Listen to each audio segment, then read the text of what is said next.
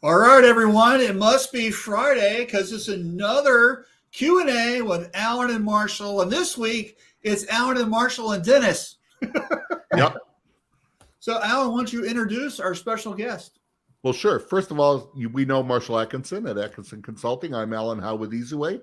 And we have, I have my good friend Dennis Tan with us from Ampersand Print Company in Manhattan, New York. So, Dennis, welcome to Q&A. Thank you. Thank you for having me. Good morning, everyone. Yeah, it's going to be a fantastic show. And if you're watching right now, thank you so much. We would really love it if you would say hello, drop a comment, let us know you're watching, and actually where you're watching from. That's always really interesting when we get that kind of around the world kind of in 80 seconds kind of thing going. Yep. And also, if you would do us a small, tiny favor and share that you're watching the show, that really helps us out. We want to make sure other people can join us. And today we're talking with a printer just like you. He's a guest, and he's from New York, and he's going to have his challenges and what his success and all types of stuff that you might be having also. So there could be some alignment there. So make sure you get engaged with whatever we start talking about later. So anyway, Marshall, speaking of problems and stuff like that, we've done the show. We're over 100 episodes and everything. We make a mistake all the time, and we've already made one. What? We make mistakes? Where's our top header that says what our sponsor is? I don't know. I just noticed that. One day we'll do this right. Where is that thing? I don't know. You're running the controls on it. Something. I don't know. Did they change something? No. Where's the file? No, that's the old one. That's the old one. So, anyways, I buy my product. There it is. It's like when Gmail changed the other day, and that kind of screwed me up. And some other things, have been changing over the, and it's always funny when you log back in and something's different, you don't even notice. But this is how we know it's going to be a good show, because we didn't even notice that until we started, because all three of us were just talking and stuff. And that's how we know it's going to be a good show. We got some people tuning in, Marshall, too. Yeah, so Ghost is here always from Uppsala, Sweden.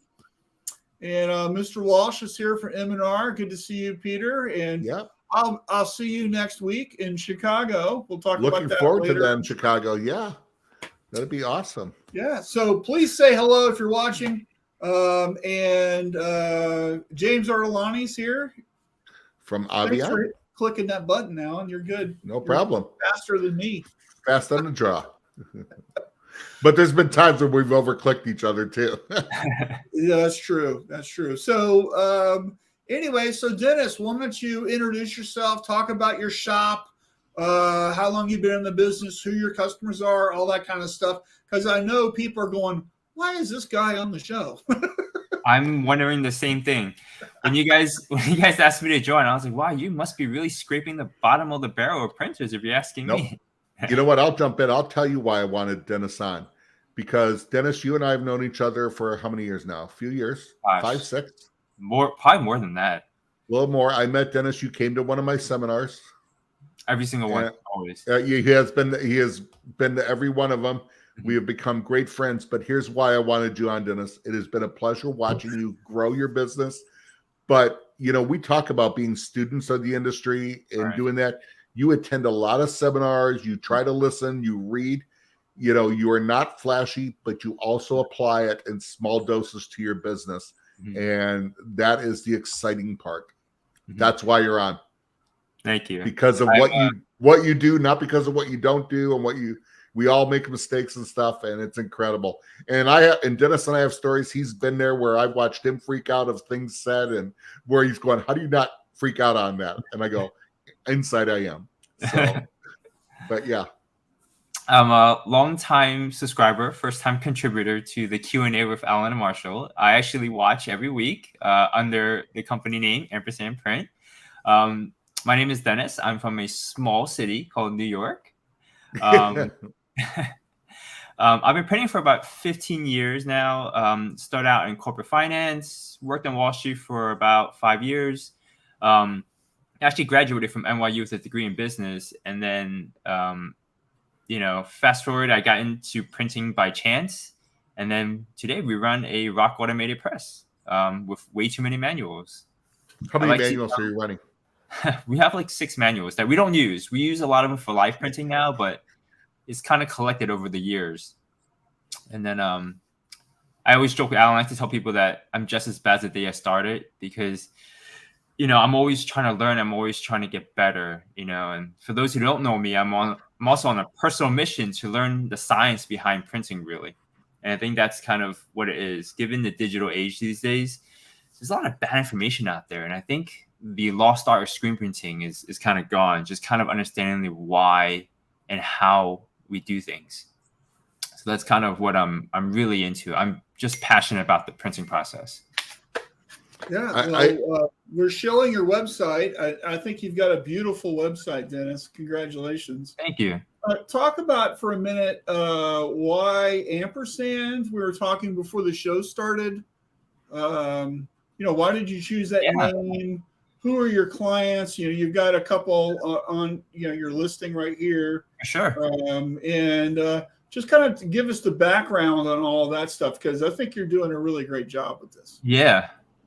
The name itself is something that I thought about for a while, and I love the word ampersand. So ampersand is really the name for the and symbol, and I wanted that to communicate to our customers that we're working as a partnership, that we're working together. You see a lot of people out there, they're like, oh, we're just printers, but we're not more than just printers.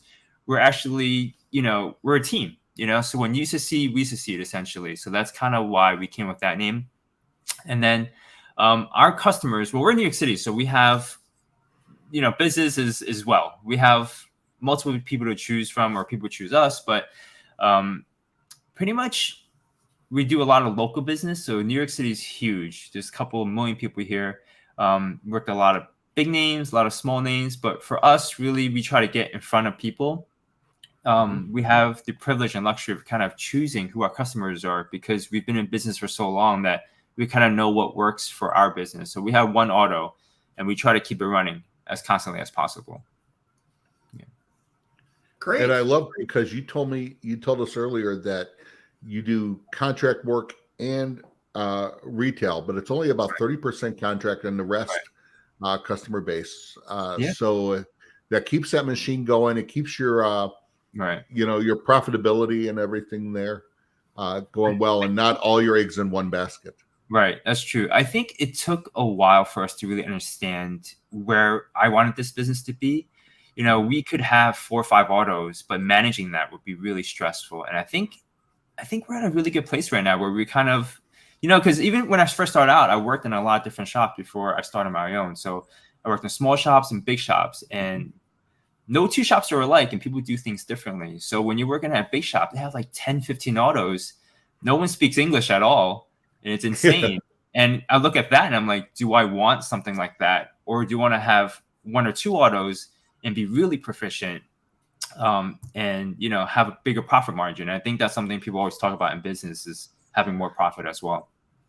Well, I love that. And I love that the choose your own adventure way of thinking about your business and designing it for the result that you want, which is what you're talking about. And I think a lot of people get into this industry and they it's really shoot from the hip and not really putting much thought into it and that type of stuff. And then they wind up somewhere over there and they don't know how to get back to where they want to be, because they've never really mapped that out to begin with. So I think it's great. I think it's a place where we can choose our customers, and we could choose how much business we do instead of just taking anything that comes into the door. I know when people first start, that's not a luxury they have. It's kind of, if you're going to send me 10 pieces, I'm going to do 10 pieces. Or if you send me whatever, I'm going to do it, whether it's schools or local charities, whatever it is, you'll take anything. But we've got a solid client base now where I'm kind of, really happy.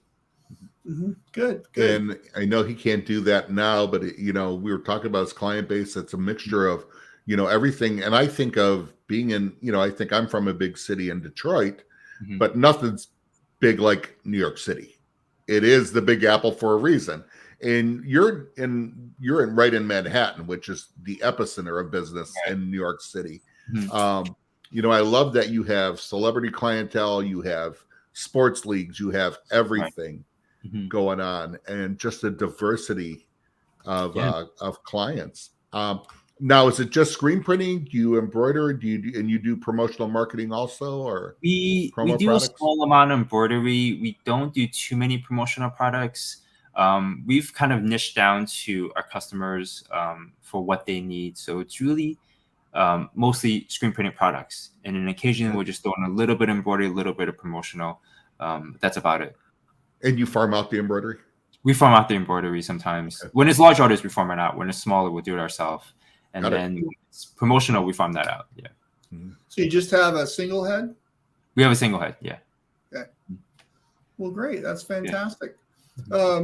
So what do you think has been your biggest reason why you're successful? What somebody's listening right now, right? They want to find out what that is.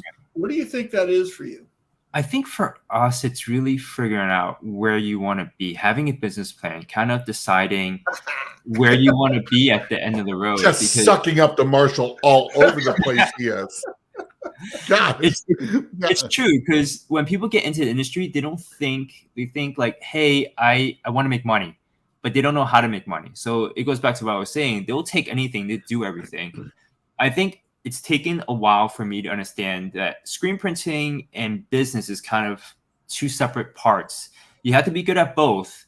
But you gotta really figure out where your clientele is, how you're going to make money, where you want to be. So that business plan is important, and not all business is good business. I think it's taken me a bit of time to realize that too. You can't be everything to everyone. And sometimes when you try to do too many things, that's when things start falling apart, collapsing. Right. Right. Telling you what, you're becoming Marshall's favorite person right now. He's just saying all the right things and doing the right things, which is, we haven't talked about data, because that's one of the big things. Trust me, we're gonna talk about data.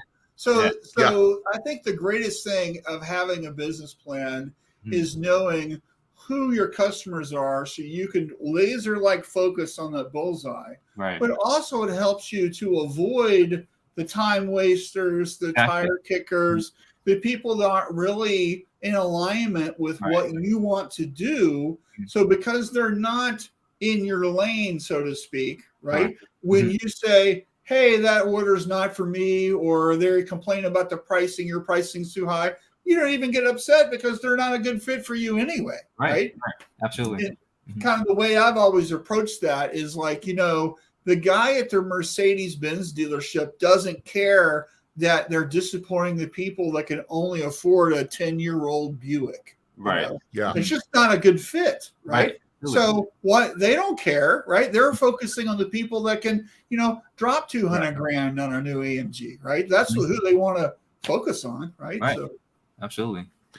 Dennis, from a business point of view, I'm realizing now, I didn't realize you had a degree from in business, and you worked on Wall Street, so I didn't realize you were Gordon Gekko there. From it, but but yeah. So coming into this industry, what part of the business part did you bring that you thought this is what's needed that everybody's missing, and what did you learn that from the outside of this industry, business world? Where was the happy medium at? It's funny that you should mention that, because I feel like a lot of the things I actually learned on the job from running a business. So I don't think necessarily that something I brought in from being in Wall Street made a difference. I think there are a lot of people who run small businesses who are extremely intelligent, who are actually better at this than someone coming off from Wall Street can do. So this is for everyone. I know so many business owners who are amazing, and we're mutual friends with a lot of them who have amazing shops. And I don't think Wall Street necessarily played a role in that. What I did bring was different perspective, I would say, just because I came from a more structured world. So when I started working at these small shops, I was like, no bathroom breaks, no lunch breaks. It's like there isn't. It was just a very different place. It was very humbling, I would say. But I learned a lot from working at other shops and just seeing how they ran things. So I think that was most important, is getting that on-hand experience. Yeah, that's good. And by the way, somebody was saying my mic volume was weird. I just adjusted it. So do I sound better? Sean, let me know. You look great. You sound and look great. But but Dennis, did you bring with you like the thought of, Marshall talks about this all the time, is that people that don't have a business plan, I would imagine to you that was like number one. Yeah, I think so. I mean, one of the best pieces of advice I had when I first started working was get a job at another shop, learn how they run things. And I think the problem with the internet and digital age these days, people get into screen printing. They say, hey, for $200, I could start doing this. Screen printing is not an easy thing to learn. It takes a lot of time to master. I'm still learning. Alan's still learning. Marshall's learning. Everyone's still learning how to do this. So I definitely think a lot of the experience comes with learning on hand. I don't know if that answers your question. Right. But it does. Yeah. It does. The Marshall, business plan, the business plan part is that's common sense. You should always have one. A lot of people, like I said, they get started. They kind of, it's fun. It's a hobby, and it started like that for me. It starts for a lot of people the same way. It's a hobby when it starts, and then it starts getting serious. And then you're not so focused on how to code the screen anymore. Once you learn, you're more focused on how do I make this a process? How do I make it so that employees can do the same thing? And that's kind of where I am these days, is learning how to operate the business and not how to print the shirt per se. Yeah.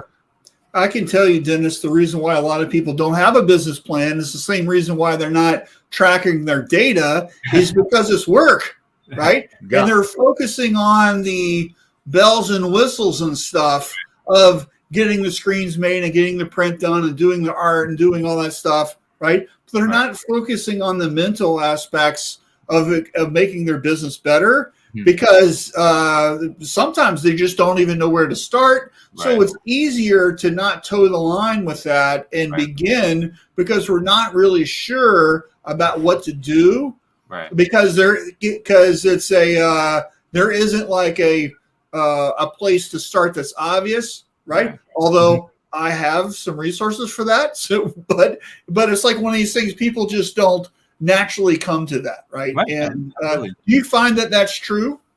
100%. Yeah, 100%. I definitely think that when people start, they're only focused on operating the business. And one thing I like to say a lot is, for the longest time, I was too busy working in the business to work on the business. And it's back to what I was saying, is that learning how to print and running a business are two separate identities. You have to be good at both. Obviously, first you have to master the printing aspect, and then after that, you got to focus on running the business. And right now, I'm really focused on like expanding the business, growing, making processes, and making sure that if anyone else steps in that role, they kind of know what to do without, having, how long do I heat press this for? How long do I print this for, et cetera. Right. So, Right. Yeah. I saw something really good recently about how some people are making QR codes all around the shop and just putting labels on them. And if you ever need like a 10-second video on how to do something, you just scan the QR code and, Yeah. I think that was Corey Beal, maybe. I got to give him credit for that one. I think one of your coaching clients does that too, doesn't he, Marshall? Well, Nate Leber and I were sharing that on a Shirt Lab mastermind workshop that we did earlier this year, where we're talking about how to build an employee training program. And that was one of the tips that we gave out, and where you could do a private video class on YouTube or something. On YouTube. And so it's, the world doesn't see how you do things, but your employees can. And then it's just basically you can make folders for each different aspect of your business, sales and screen room and receiving and whatever. And then embedded in those folders can be different 1 or 2 minute videos about how to do stuff. And then you can connect that to a QR code label that you can put right next to the reclaim area or in receiving or by the computer or wherever you want to put it. And that can give you instant access to a short little video about how to do stuff. Because sometimes people forget, maybe you trained them 6 months ago and now they have to coat the screen and which side do I start on first? And if you just watch the video, then you won't be making the mistake. And you're allowing your employees to do a self-guided tour about how to solve their own problem, which you as the leader, the manager, right? You don't become the mother may I all the time, right? How do I do this? They can answer their own question and look it up, but it's incumbent to you to make the resource for them. Right. Yeah. Not that I don't want to help them, but I can't be there to answer every question. Yeah. Yeah. But you want to help them. You want to make sure they have the psychological comfort to say, hey, I forgot how to do that. Can you help me? Of course. But what you want to also have is a resource for them, because maybe you're on the phone and they're not have to wait for 20 minutes for you to get off to answer your question. They can just look it up themselves and find your answer. And now they're doing the work instead of waiting for you to get off the phone. Or they're embarrassed. A lot of times you have employees have been there for a while and they don't want to come back to you and be like, oh, I don't know how long to dry this, to cure this for, or whatever. And then, they have this resource that they can secretly go in and watch over. Yeah, that's a good point too. I think sometimes people they don't want to ask. They're going, I should know this. Right. And if it's just right there, they're that little fear factor. Yeah. I forget stuff all the time, and anything about screens, you know who I'm calling, and so it's just Kevin Koff from Chromaline. Yeah. Oh. Yeah. No, I'm calling you. So all right, we have some great comments. Let's throw some out there real quick. And I would encourage you guys to ask some questions. So you have another shop owner right now that's on the show. So if you want to know how somebody else does something, here's your opportunity. Let's do some networking, right? Jesse says there's I'll go ahead and say it, shit ton of bad information out there, and he's right? I love his parentheses. That's called Facebook. That's called Facebook, by the way. Yeah. Right? Facebook groups. I hate them. Sean says, great to see you. Hey, Sean, good to see you also. Bad mic. Hopefully I fixed that. By the way, Alan, there was a setting where microphone automatically adjusts, and somehow that got checked. I didn't check it. Somehow that was checked, just so you know. Terry says, hey, happy Friday. Good to see you, Terry. And I'm louder now. Eric's here. Thanks for joining us, Eric. Terry says, if you learn one thing a day, you're an infinite gainer, right? And so that's a great point, Terry. And your education is your responsibility, right? So, and I've always believed in that. That's why I read books. That's why I go to trade shows. That's why I talk to people. That's why we're having Dennis on right now, so we can learn from him, right? It's your responsibility to educate yourself about what you don't know, right? So that's a good point. Hey, on that point, Dennis, I always, I love talking to you, because I told Marshall and you're on here because you've been a student. You're always looking at things. Who are your influences? Who are you learning from right now? Don't say me. I'm a forever student. I'm always, Alan, you and I call each other all the time, and sometimes Alan calls me just to shoot the shit, and usually when I call Alan, it's because I have a problem with something. So I think there are many people who are watching, many people who are not watching. You probably recognize my name because I probably reached out to you at some point. Like Kevin Koff, you mentioned. Yeah, I'll Facebook message people, be like, hey, what's your advice? I know we were doing some HD printing, and I'm like, hey, Kevin, check out these photos. What's going on with this emulsion? Like, what advice do you have? Ray from Aviant, I know I've messaged him a couple of times. Smith, Ray. Yeah. Ray. Best beard in the industry. Yeah. Joe Clark, definitely. Joe Clark spent a lot of time, talking to me, just always. I miss Joe. Yeah, Richard Greaves, I mentioned already. Like, he's one of my biggest supporters. Like, I've always, felt very comfortable reaching out to him.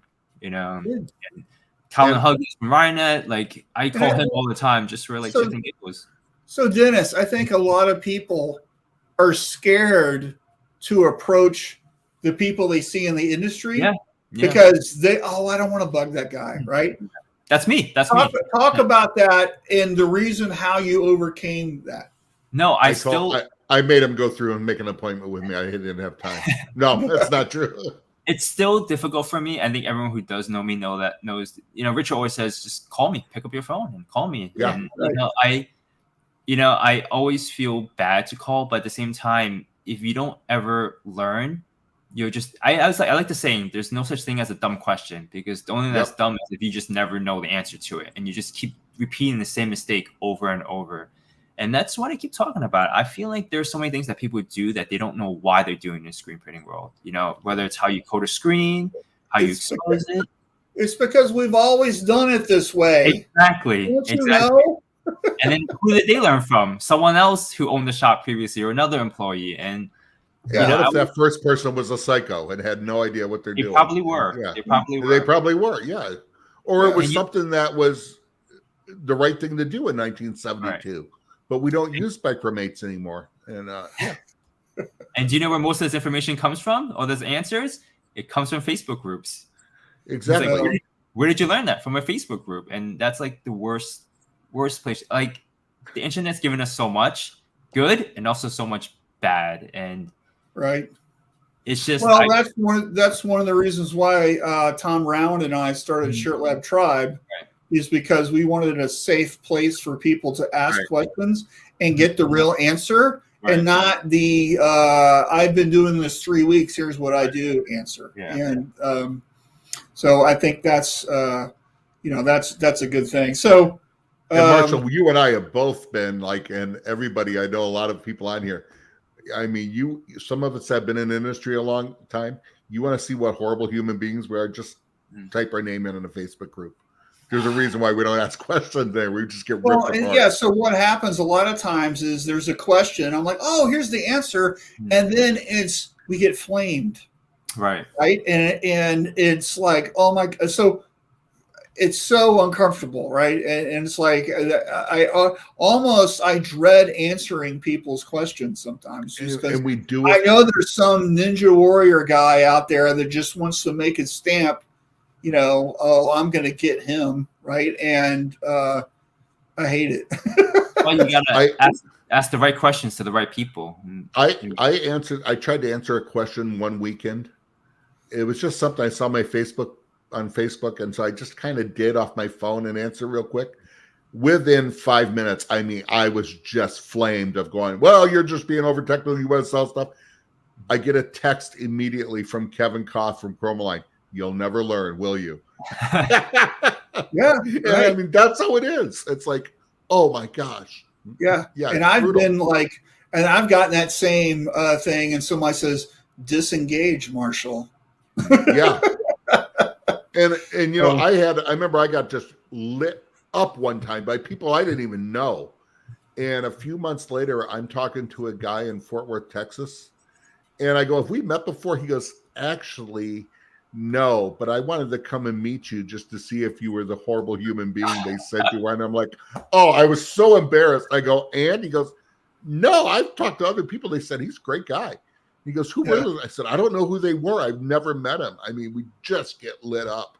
There's this Reddit joke about this girl who needed the correct math answer. So in order to find the right math answer, she made an alt account with the wrong answer, because she knew no one would actually respond to her. So she made an alt account with the wrong answer, and everyone came in with the correct. And that's what Facebook's like. You have all these people, just tons of different answers always. Well, right. And I go like on a screen. Here's the perfect thing. So those of you on Facebook groups and stuff, when someone asks you, here's the picture of my screen, what am I doing wrong? What they're not asking is what emulsion you're using. Well, I use this emulsion. I use this. Doesn't matter. It's like, yeah, it's brutal.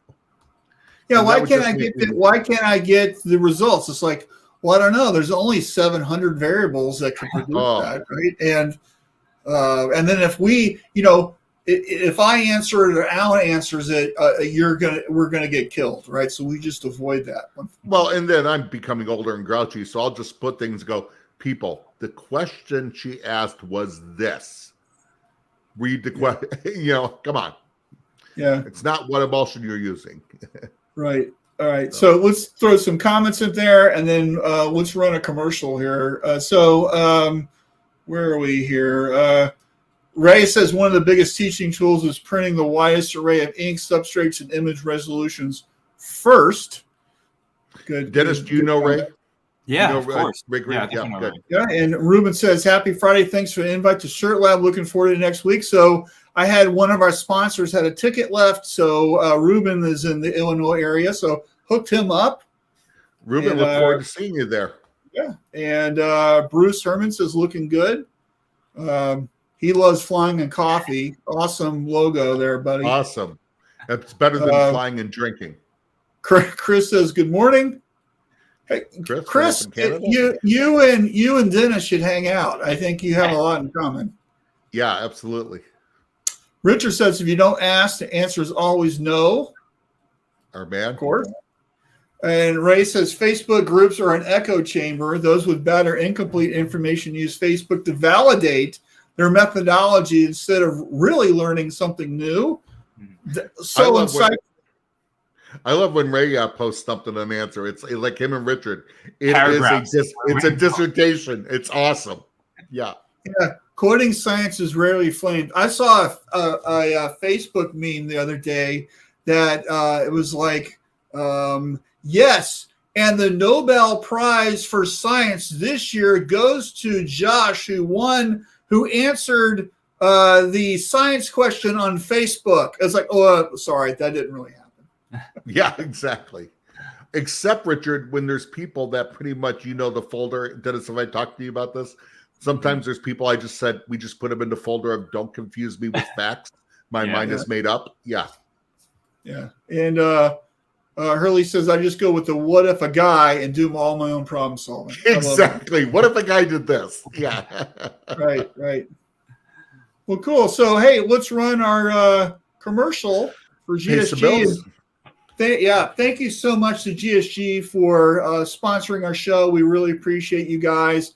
And they're also sponsoring Shirt Lab next week in Chicago. And big shout out to them. And can't wait to meet their customers that they're bringing to the event. So it's going to be a good one. So here's the thing.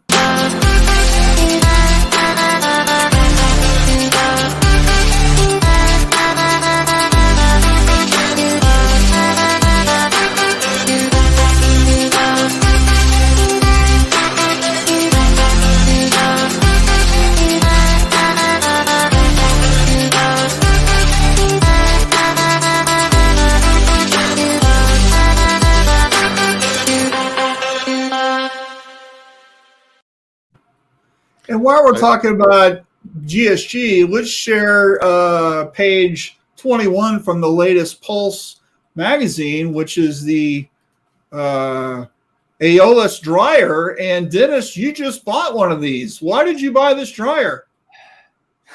We were joking about it that Alan told me to buy one. No, I was doing a lot of. That's not true, Peter. That's not true, Peter Walsh. No, I actually reached out to a lot. I actually was looking at M&R. I was looking at Aeolus. I was looking at some other electric options. And this one was honestly, I did a pros and cons list with 3 different dryers. It was this one, an M&R, and it was a Vastex. And I felt like this was the best fit for our shop with the newest technology. Cures water base, forced air, uses minimal electricity. So yeah, I ordered it not recently, maybe 6 months ago. I'm still waiting for it to ship, but that's equipment. But do you do a lot of water base? We do a lot of water base. We do maybe, I would say, not 50-50, but it's close to it. So we have customers who love plastisol, and we have customers who love water base, and we love printing with both. Great. And you know what? Find this. Go ahead, Alan. No, go ahead, Marshall. I was going to say, and you can find this in the latest GSG Pulse, and here's their website, gogsg.com. Thank you, GSG, for sponsoring our show. We appreciate you. And you know what, Dennis? You were looking at 3 great dryers. I've recommended them all. And, Vestec, M&R, and BBC, all of them make an incredible dryer in that size. So, yeah. Yeah. I asked a lot of people for their opinions, too, on what was best for our needs. I know Alan, you and I had this conversation. I think you were probably one of the last people I spoke to. I called Richard as well. I'll call Brian Haynes. We just had these quick conversations on just like what the needs are of my shop, and that one turned out to be best. And side plug for GSG. I didn't get the drive from GSG, but GSG did send me the last 2 gallons of sculpture base for some work we were doing. So that was really clutch. So I want to thank them. Yeah. Yeah, we love GSG. Yeah, they're amazing. We get a lot of stuff from them. Yeah. They are amazing. So all right. Well, Dennis, on the water base, is it pure water base or is it discharge? Is it HSA? We do mostly discharge and pure water base. We used to do a lot more HSA, not so much anymore. I feel like we've gotten a lot more positive feedback from the discharge and the regular water. Matsui or virus Matsui. Okay. Shout out to Jesse too, because I know I bother him sometimes with questions, and it's I just talked to Jesse. Yep, I just talked to Jesse last night. Yeah, yeah. That's one. So we use that one. We use a little bit of virus stuff, but mostly Matsui. Wonderful. Cool. That's awesome. So Josh with IGG's here in Oklahoma. Good morning, Josh. Good seeing you. And by the way, Josh last year at Shirt Lab Fort Worth won the Hotronix Vision IQ heat press at the networking event, and we're doing that again this year. So Thursday night at Elephant and Castle at 7:00, we're going to be hanging out, drinking a couple beers, and doing our famous rock, paper, scissors tournament. And Josh won that last year and got a $1,600 heat press out of it. So congratulations. Made him money pretty quickly. Yeah, I think, he didn't pay for anything, but he was one job paid for. Yeah. But I know from tons of people that when they buy one of those things, they are immediately profitable, 1 or 2 orders, and now you're just banking. So, do you have one of those, Dennis? Do you do a lot of heat press stuff? It's funny that you mentioned that, because I was thinking that, definitely like the digital world has changed these days. So we actually do a lot more transfers than we used to, say like 2-3 years ago. So like super colors, it's just almost a de facto decorating, style that we use, sometimes things with not sublimation, sometimes with things with dye migration, we immediately just super color it. And that's kind of like a quote in the shop, which is let's just super color it.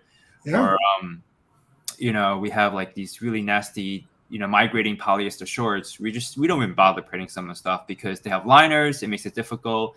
So yeah, that's kind of where we are in the business, where we're just trying to be profitable, and that makes the most sense these days. So yeah, that's fantastic. And here is from the Pulse magazine, Hotronix 360 from GSG.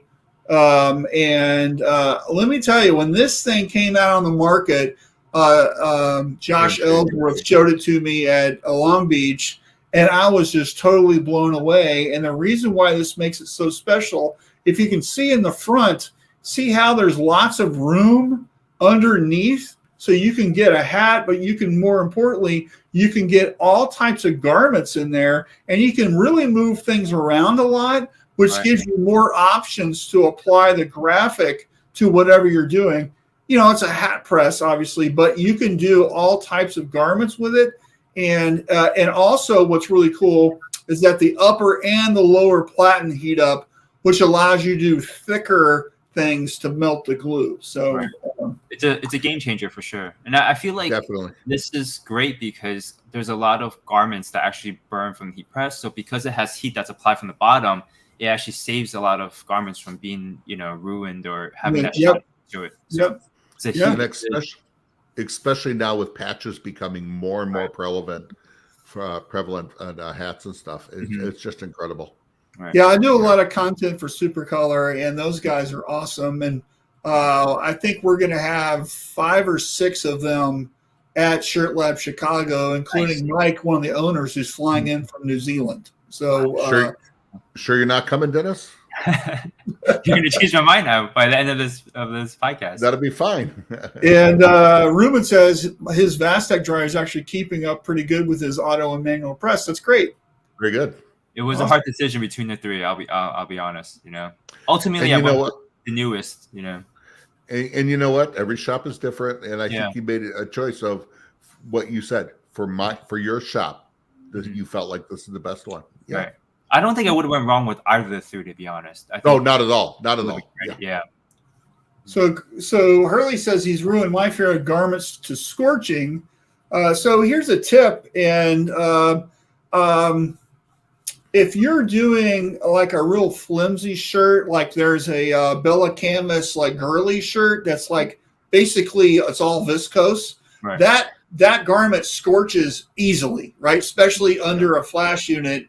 A really great tip is to make sure that let's say just doing a small print on it, is to apply the adhesive to the whole platen, because what happens is that the air gets underneath the shirt, underneath your the flash unit, and what happens is that superheated air is what causes scorching.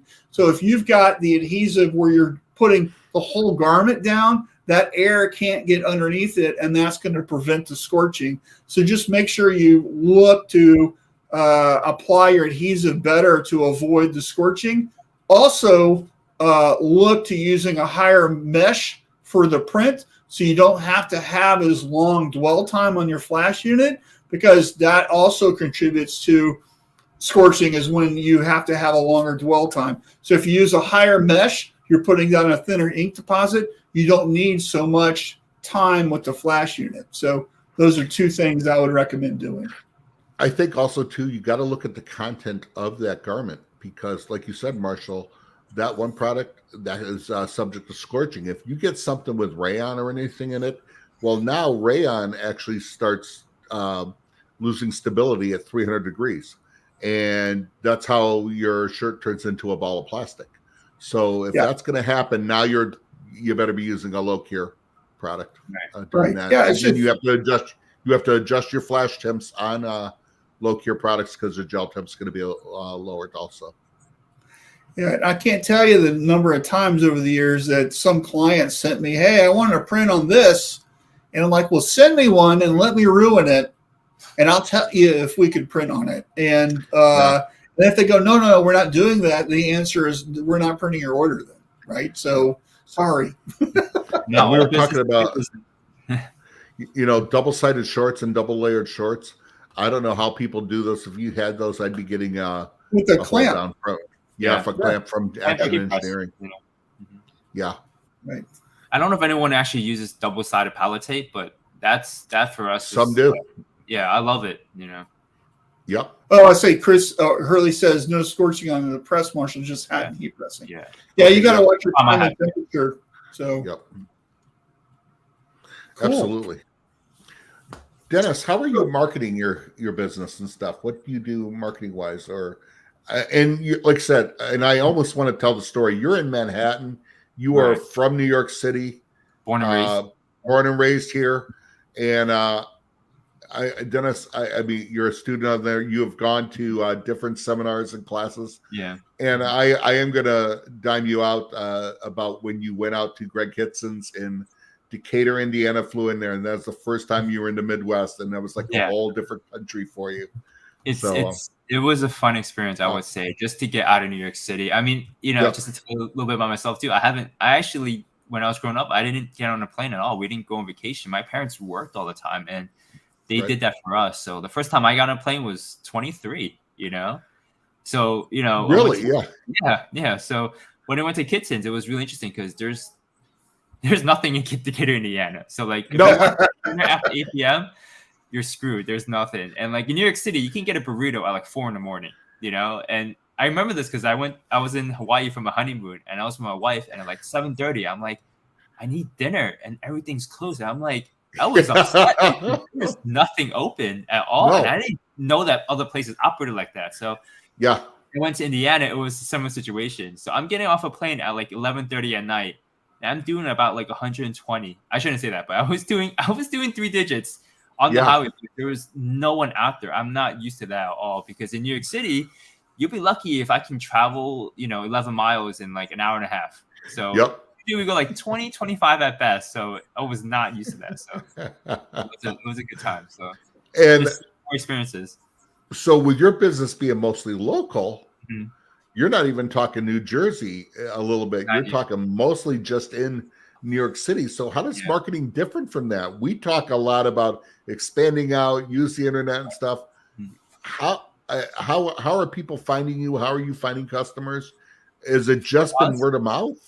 100% word of mouth. So I think that's where we benefit from, is that I don't have to deal with a lot of tire kickers. So we know a lot of people who say, hey, this is Dennis, he does amazing work for us. And then this is how we make our connections. Our goal is to get in front of the customer and build that relationship. So building that relationship, like I tell people, I'm not in the business of printing shirts, like I'm in the business of I'm not here to make money. I'm here to be your friend, essentially. And that's what we do. So, if you have a customer who's willing to leave you over 20 cents, that's not the type of customer that we want to. Right. And I think that's the most important thing, whether it's, like a supplier is the same thing, you want to build a relationship with someone who's going to help you and support you. And that's kind of what we are to our customers. So that's why if you look at our Instagram, you look at our website, we don't really post much because we don't really look for a business outside of that. We're busy all the time. We're looking to add a second press. That's how busy we are. So yeah. What happens when I update my Instagram? I get people asking me about digitizing. That's really where most of the calls come from. Yeah, I get that too. I love this Boba Fett print. That's nice.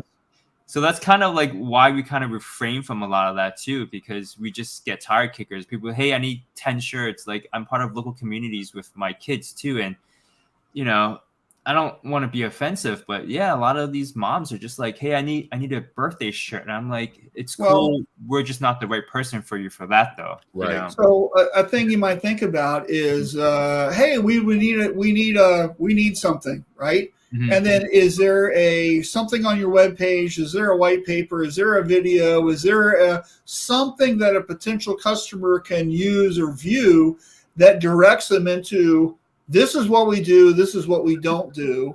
And that way you don't even have to have that phone call, right? And, an onboarding process or some sort of funnel or a type form where, these are the questions that we're going to ask you, fill it out.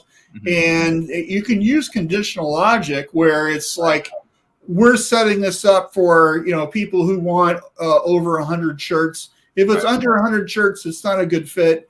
And then that just kind of schedules the call after 100 shirts, under 100 shirts. Mm-hmm. It says, hey, please use this shop because they're a better fit for you, right? Mm-hmm.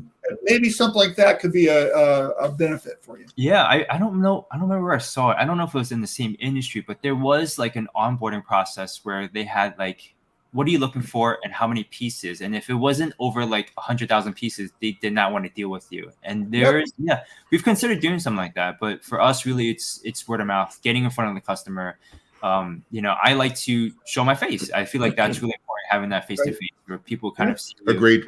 It's really hard to say no to someone that you know personally. It's like saying no to your mom, So that's kind of my philosophy with marketing and business we're a big city. So there's tons of business. There's more than enough that I can take on. So that's kind of, like I said, we're positioned ourselves right now where I'm happy with where we are and the workflow, and just trying to continue that. The main thing we're really focused right now is process. I think that's the one where I'm trying to get it a place where we collect the data, we get all the customers where we are, and then all the employees know exactly what to do always. Right.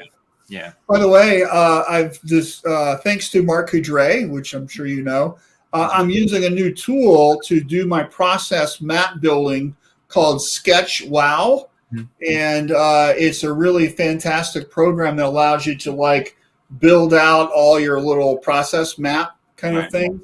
And I like it because it's really easy and it's kind of fun to use. And every time you save it, confetti goes off and stuff. So that might be something at sketchwow.io, I think is the address. Okay. But it wasn't that bad. It was $100. But anyway, so I do a lot of process mapping, and that's the tool I've been using. So right, good to know. I mean, I think it was sketchwow.io.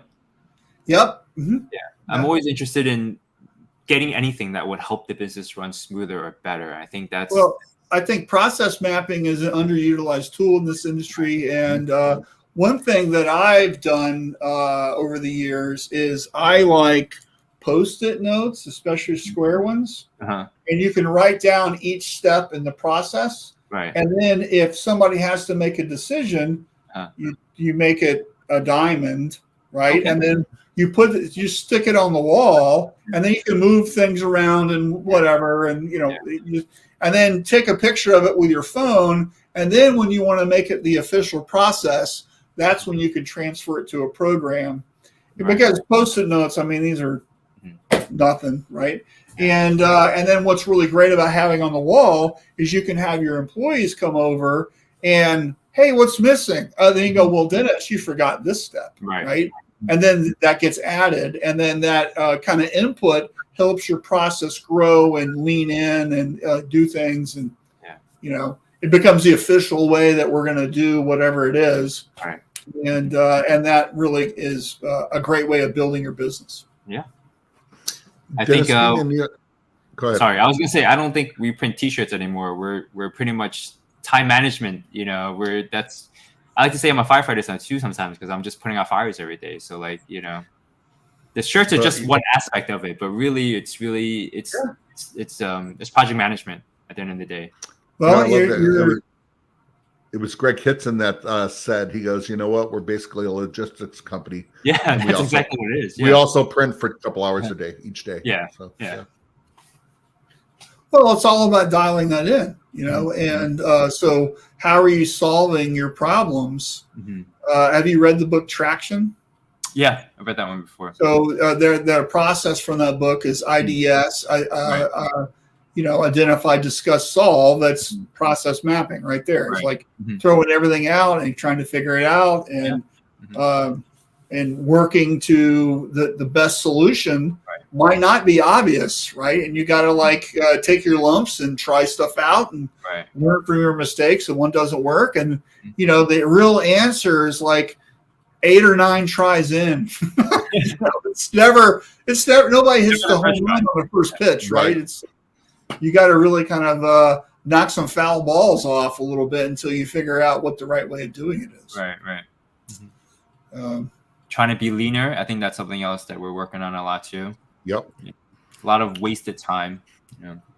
Well, you've talked to Richard Greaves, so I'm sure he's forced you to read 2 Second Lean, right? Easy for sure. Right. Yeah. Right. Oh, Terry's got a great comment. Funny you should mention Post-it notes. That's exactly what I use to build process maps and encourage others to do the same that suits their business.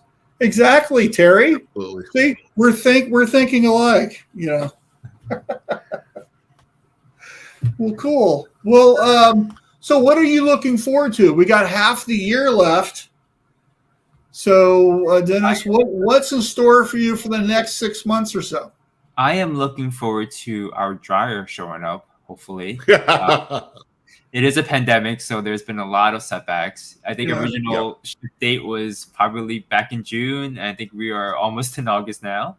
And I think really for us is really increasing, our process. I think that's the thing that I'm constantly working on. I'm trying not to work so much in the business, and then trying to work on it, trying to expand a little bit. So I think that's it. We try to take small steps, and incremental improvements really makes a difference over time. Nothing rises falls overnight. So, 1% better every day. Every day. Absolutely. That's awesome. Absolutely. What's the next thing you're working on? Like you on a process, like I said, better within your production. What's the next thing you want to do? Well, something I've been working on, that I've been on and off, is really trying to linearize our halftones and our printer and the whole process. So that's kind of something that we got a densitometer recently, trying to check out our films. We might get a CTS in the near future, So, awesome. That's really going to help. Those are some nerdy things that I've been working on. But this is what I'm talking about. These are things that I'm passionate about, the process of, or the science of screen printing, essentially, that I feel like is kind of lost. A lot of people don't really do these things anymore. I know Hurley Modes, he does this kind of stuff. He tries to do, pretty cool things, and everyone else is just kind of printing day in, day out, and they don't try to get better. Mm-hmm. Well, there are some people there doing that. So find me on Facebook and we can have a conversation. Yeah, right. And you are starting to, and I love, like I said, when we were talking, not this past year, but the year before, you were actually got a chance. Rick Roth had you on Shop in Talk, kitchen. in kitchen and all that there. And what did you guys talk about there? We had a different couple ones. One of them, the last one we did was everything I wish I knew before I started screen printing. So that was a fun one. There's so many topics to touch on for that, but one of the biggest ones that I always tell people is screen printing and running a business are two independent things, and I remind myself of that every single day. That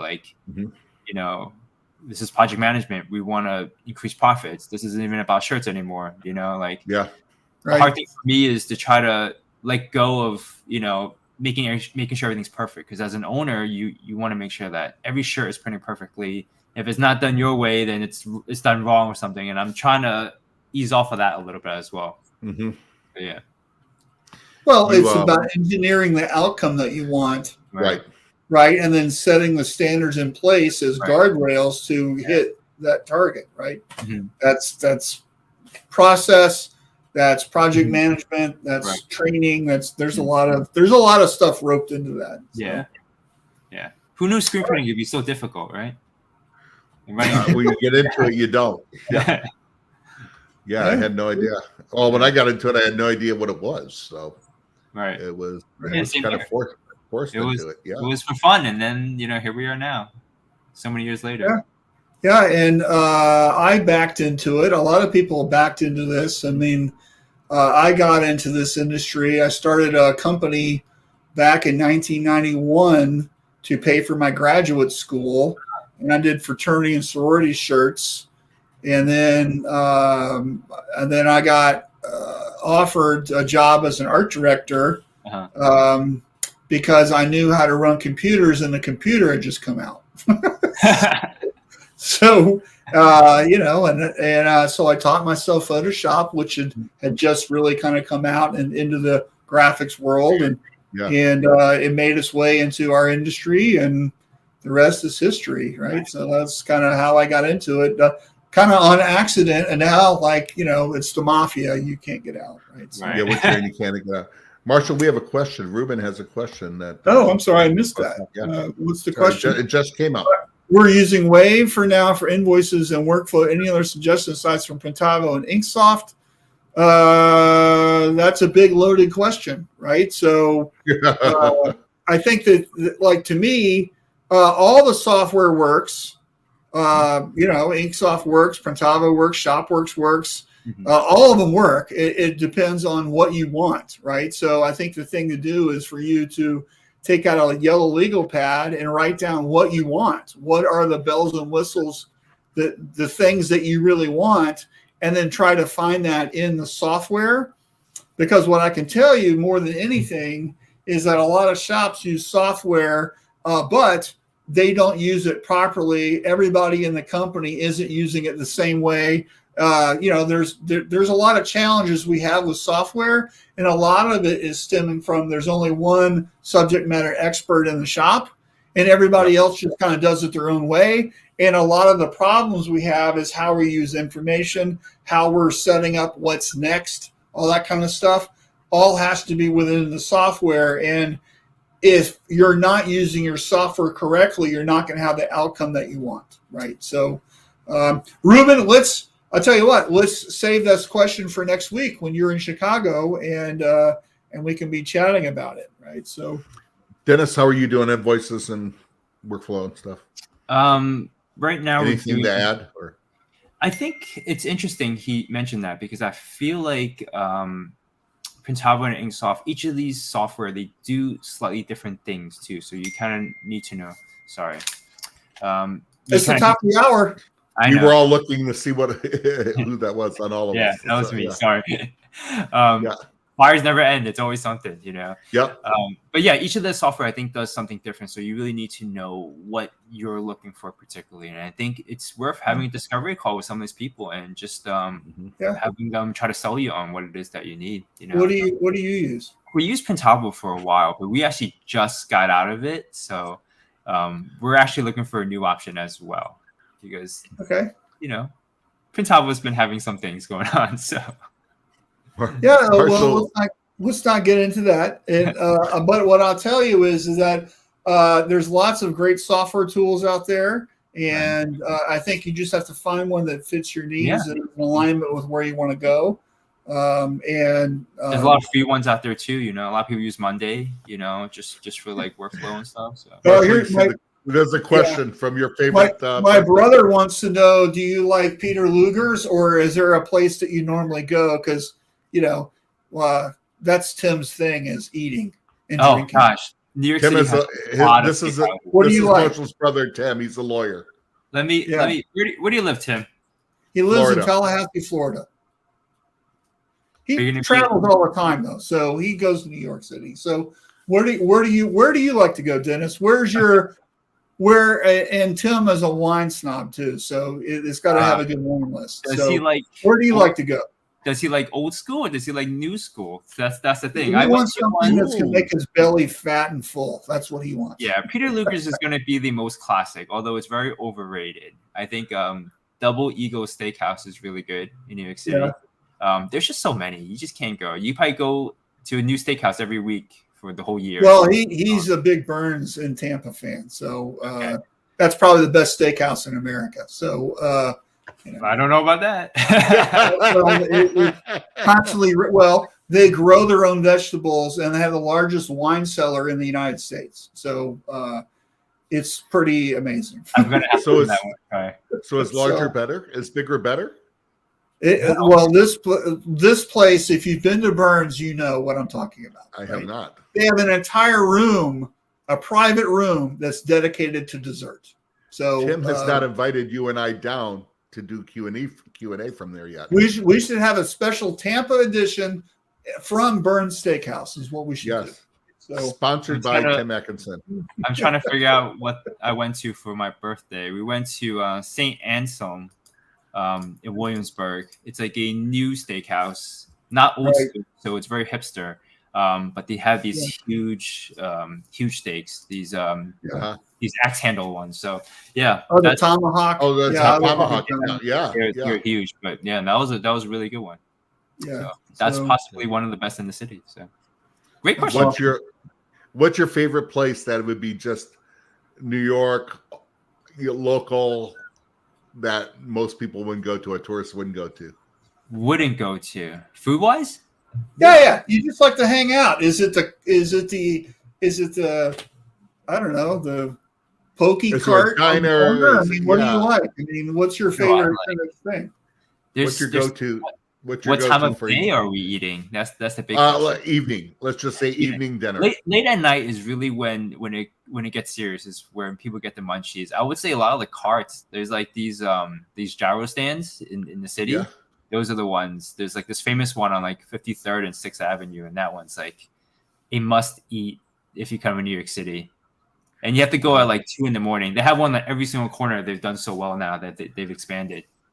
So this is hangover. This is drunk food. This is bar food. This is junk food. That's right up our alley, I think.